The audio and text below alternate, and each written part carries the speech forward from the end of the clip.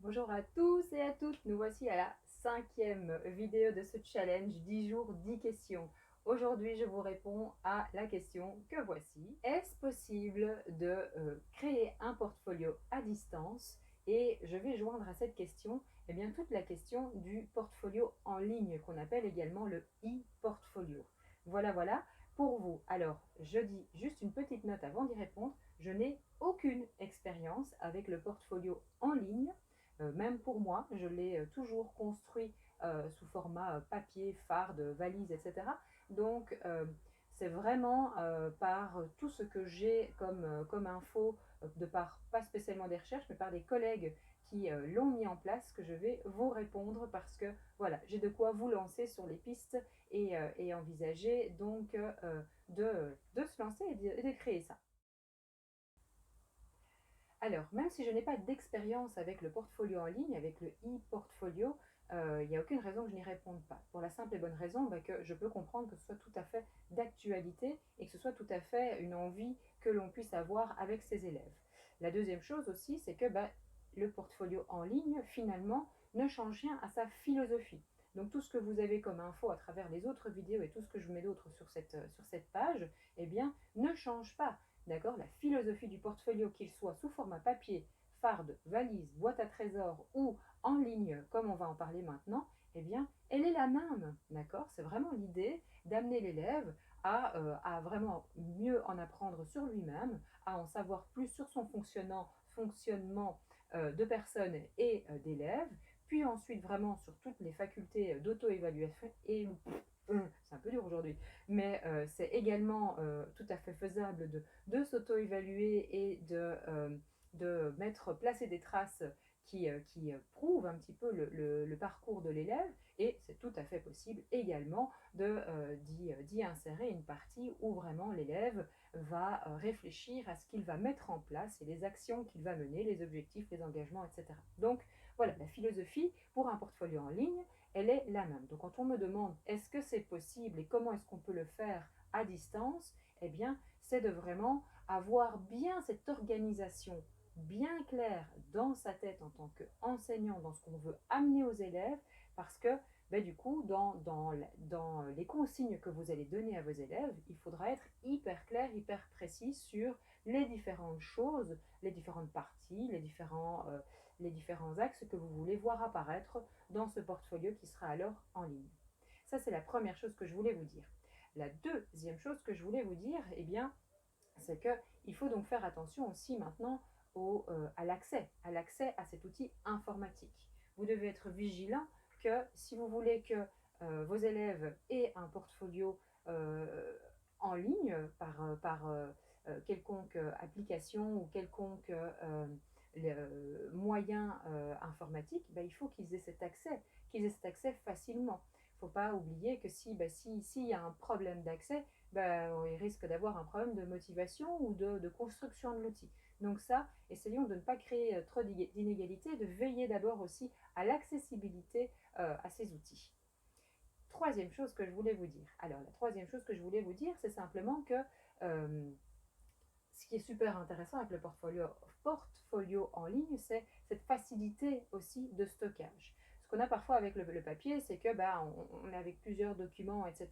Puis à un moment donné, on est peut-être avec un peu trop de choses, ou c'est pas clair, ou il y a des documents qui se trouvent dans un autre et qu'on ne sait pas alors du coup amener dans le portfolio parce que c'est dans un cahier, c'est attaché, etc.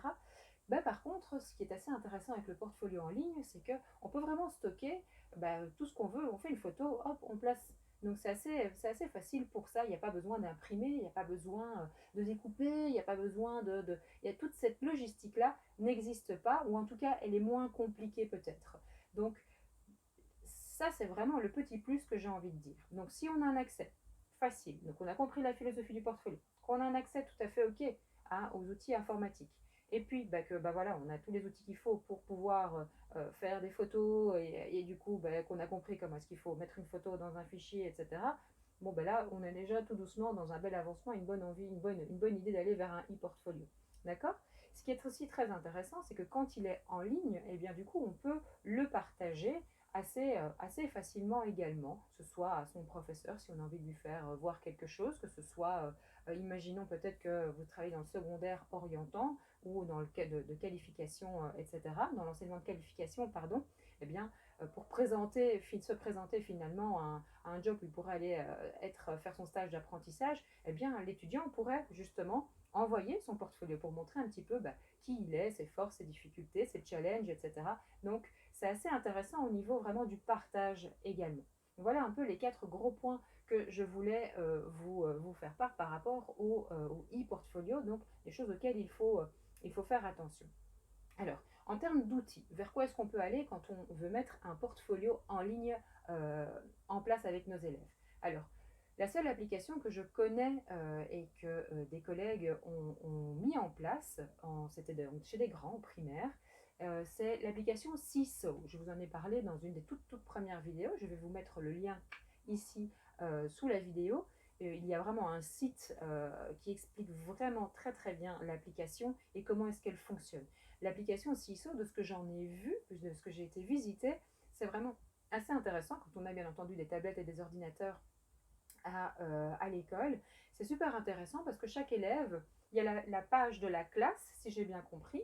Chaque élève a aussi son petit espace. Et puis, c'est connecté aussi aux parents. Les parents peuvent accéder à la page de la classe et commenter, et peuvent accéder par contre qu'à la page de leur propre enfant. Bien entendu, ils n'accèdent pas aux pages des autres élèves. Et ce qui est très chouette, ce que j'avais trouvé très chouette de voir, c'était vraiment que l'élève, voilà, un peu comme sur Facebook, hein, on fait une photo, on poste, on met un petit commentaire, c'est mon challenge, j'ai réussi, met ça en valeur et c'est partagé. Du coup, le parent aura une notification, le prof a également accès à ça, pourquoi pas donner accès aux autres profs de l'école qui ont en tout cas l'élève à charge. Donc, c'est assez sympa au niveau de la manipulation, ça m'avait l'air assez intuitif et assez facile à utiliser. Donc, CISO, voilà une application que je vous propose de vraiment aller voir et aller voir un petit peu si ça pourrait être vraiment intéressant pour vos groupes. Une autre chose que j'ai par contre pas vue en application avec des élèves dans l'optique du portfolio, mais dont j'ai entendu parler, c'est l'optique du blog. Construire un blog et organiser ce blog par élève où alors du coup il y aurait vraiment les différentes parties. Il y a autre chose via les réseaux sociaux. Oui, c'est vrai. Finalement, les réseaux sociaux, quand on y pense un petit peu, c'est un peu notre portfolio personnel où on met un petit peu les choses que l'on vit, que l'on a envie de partager, les choses voilà, qui nous mettent parfois un peu en valeur aussi. Donc, pourquoi pas aussi maintenant, ça par rapport au scolaire, c'est quand même assez difficilement à mettre ensemble, j'ai envie de dire. Euh, voilà, donc il y a des espaces perso aussi, hein, je pense au drive, etc.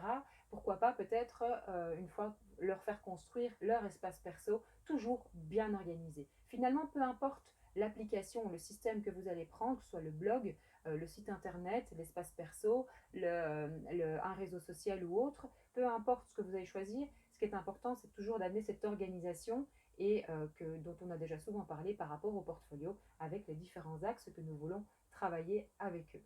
Voilà un petit peu ce que je pouvais dire sur le portfolio en ligne et la création d'un portfolio à distance. Je pense que chez les plus grands, ça peut être intéressant d'y penser. Hein, nous sommes quand même en 2020, les technologies sont là, mais elles sont quand même aussi créatrices d'inégalités et donc il faut vraiment être vigilant sur la manière dont on aborde ça avec nos élèves sur les outils, s'ils ont tout ce qu'il faut et donc si l'accès est bon pour tous. Voilà, j'espère que cela vous va pour vraiment vous lancer et aller vers d'autres recherches. Si vous vous lancez, si vous testez, j'ai vraiment très envie d'en savoir un peu plus. Donc, je fonctionne tellement à l'expérience, au vrai, que voilà, si c'est le cas, contactez-moi. Et si vous connaissez des personnes qui ont mis le portfolio en ligne, le e-portfolio en place, eh bien, vraiment, je serais très intéressée d'avoir leur contact et de pouvoir en savoir plus sur comment ça fonctionne chez eux.